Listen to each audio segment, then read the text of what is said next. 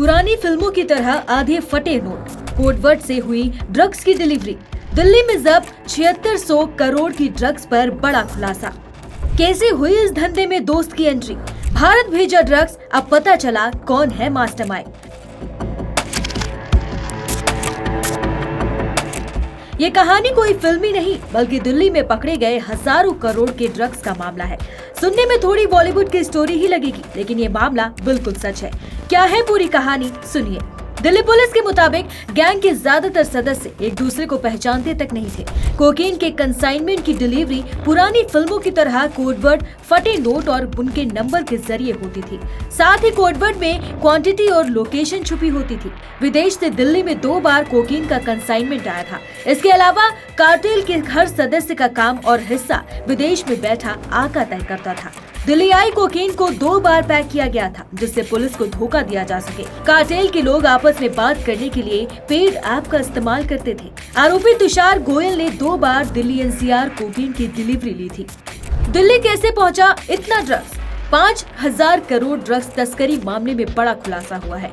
सूत्रों के अनुसार दुबई में मौजूद एक भारतीय नागरिक वीरेंद्र बासोया का नाम इंटरनेशनल सिंडिकेट के मास्टरमाइंड के तौर पर सामने आया है। पिछले साल पुणे पुलिस ने दिल्ली में छापेमारी कर जो 3000 करोड़ ड्रग्स पकड़ा था, उस ड्रग्स सिंडिकेट में भी बासोया का नाम सामने आया है। पुणे पुलिस ने बासोया के दिल्ली के पिलंजी गाँव में रेड भी की थी, लेकिन पुलिस के पहुँचने के पहले ही वो भाग गया था। बासोया ने पिछले साल की यूपी की एक पूर्व विधायक की बेटी से अपने बेटे की शादी भी दिल्ली के एक शानदार फार्म हाउस में की थी। अब इस 5000 करोड़ के ड्रग्स का मास्टरमाइंड उसे बताया जा रहा है। बासोया भारत में ड्रग्स मामले में गिरफ्तार भी हो चुका है और जमानत मिलने के बाद दुबई शिफ्ट होकर इंटरनेशनल ड्रग्स कार्टेल का बड़ा माफिया बन गया। तुषार गोयल और बासोया पुराने दोस्त हैं और बासोया ने ही तुषार को ड्रग्स नक्सस में अपने साथ जोड़ा था।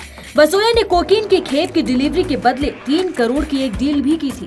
दुबई से बासोया ने इस सिंडिकेट से जुड़े यूके में मौजूद जितेंद्र गिल को भारत जाने को कहा था। इसके बाद यूके से तुषार से मिलने ड्रग्स डील के लिए जितेंद्र गिल दिल्ली आता है, जहां तुषार उसे पंचशील इलाके में एक होटल में रुकवाता है। फिर दोनों गाजियाबाद माल लेने जाते हैं और फिर हापुड़, मुंबई में भी कोकीन सप्लाई होना था।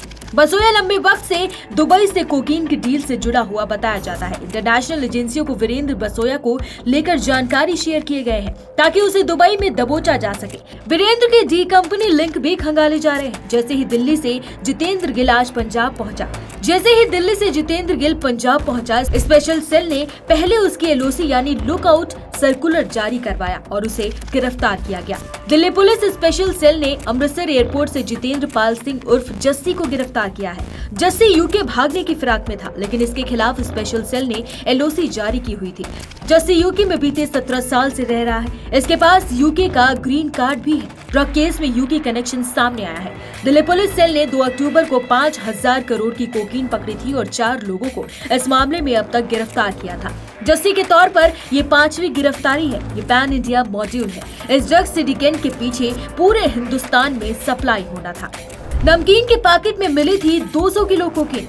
पुलिस को इस बात के संकेत मिल गए थे कि जो कोकीन महिपालपुर से बरामद हुई है, वो हिंदुस्तान लाई गई कुल कोकीन का एक हिस्सा है, जिसे बड़े अच्छे तरीके से कहीं पर रीपैक किया गया था और महिपालपुर में छुपाया गया था।